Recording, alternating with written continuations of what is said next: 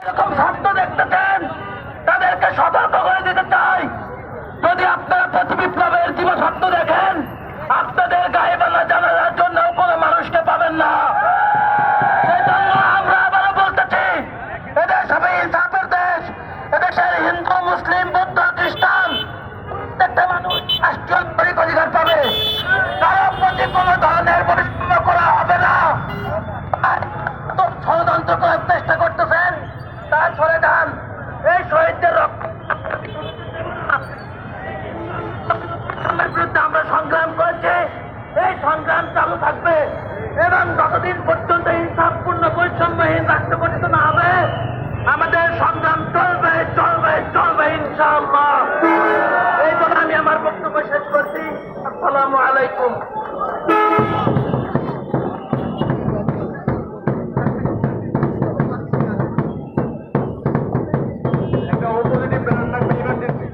কেউ আছেন যে দিতে পারবেন? ওই যে সিটি মেডিকেল কলেজ, এই সবাই একটা হাত তালি দেন।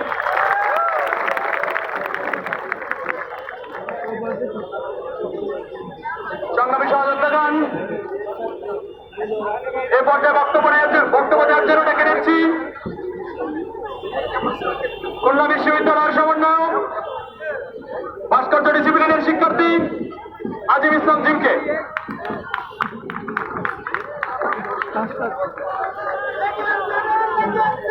ছাত্র সমাজ জেগেছে, রক্তের আগুন লেগেছে, ছাত্র সমাজ জেগেছে।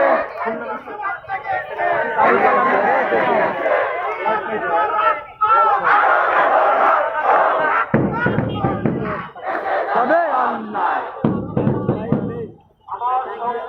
সহযোদ্ধাদের আমি প্রথমে ধন্যবাদ দিয়ে শুরু করতে চাই। আপনারা ছিলেন, বাংলার সাধারণ মানুষ ছিল, তাই আমরা এই বিজয় অর্জন করতে পেরেছি। আমি বলতে চাই, আমাদের পূর্ণ স্বাধীনতা সেদিন হবে যেদিন আমরা সম্পূর্ণরূপে স্বাধীনভাবে আমাদের শিল্প চর্চা করতে পারবো, আমাদের বাক স্বাধীনতা সুষ্ঠুভাবে আমাদের কথাগুলো আমরা বলতে পারবো। আমার দেশের কৃষক, আমার দেশের মজুর, আমার বাংলার সাধারণ মানুষ যেদিন শান্তিতে ঘুমাতে পারবে সেদিন বাংলার পূর্ণ স্বাধীনতা আসবে। আমরা একটা সুন্দর সুশীল বাংলাদেশ চাই, যেখানে কোনো বৈষম্য থাকবে না।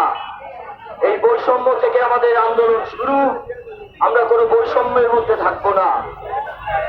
আমার দেশে আমার সাধারণ মানুষদের নিয়ে আগে ভাবতে হবে। আমরা অনেকদিন একটি কোটার প্র্যাকটিসের মধ্যে ছিলাম, আমরা এখনো কিন্তু বের হতে পারি। আমাদের এই প্র্যাকটিসটা করতে হবে, আমাদের জানতে হবে কোথায় আমরা বৈষম্য করছি।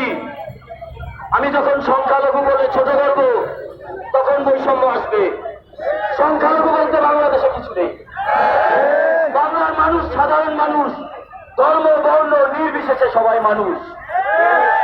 আপনারা জানেন আমি বেশি কথা বলি না, আমি বেশি কথা বলতেও চাই না। আমি যা বলছি, আমরা যা বলছি বাংলার সাধারণ মানুষের জন্য বলছি। সাধারণ মানুষ যেদিন শান্তিতে ঘুমাবে, সাধারণ মানুষ যেদিন বলবে আমি স্বাধীন, আমি 3 বেলা খেতে পারছি, আমি ঠিকভাবে ঘুমাতে পারছি, আমার সন্তানকে আমি একটি ভালো স্কুলে পড়াতে পারছি, আমার শিক্ষা ব্যবস্থা আমার জাতির মেরুদণ্ড, আমার জাতির মেরুদণ্ড ছাত্ররা যখন সুষ্ঠু শিক্ষার অন্তর্ভুক্ত হবে সেদিন বাংলাদেশ স্বাধীন। আমি বেশি কথা বলবো না। আমি আমার সহযোদ্ধাদের আগামী দিনেও বিগত দিন যেমন পাশে পেয়েছি আগামী দিনেও এভাবে পাশে পাবো ইনশাআল্লাহ। এই আশা নিয়ে আমি আমার বক্তব্য শেষ করছি।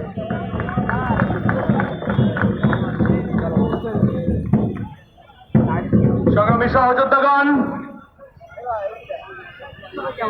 এ পর্যায়ে বক্তব্য দেওয়ার জন্য ডেকে নিচ্ছি খুলনা বিশ্ববিদ্যালয়ের শিক্ষার্থী বিপুল শাহরিয়ারকে।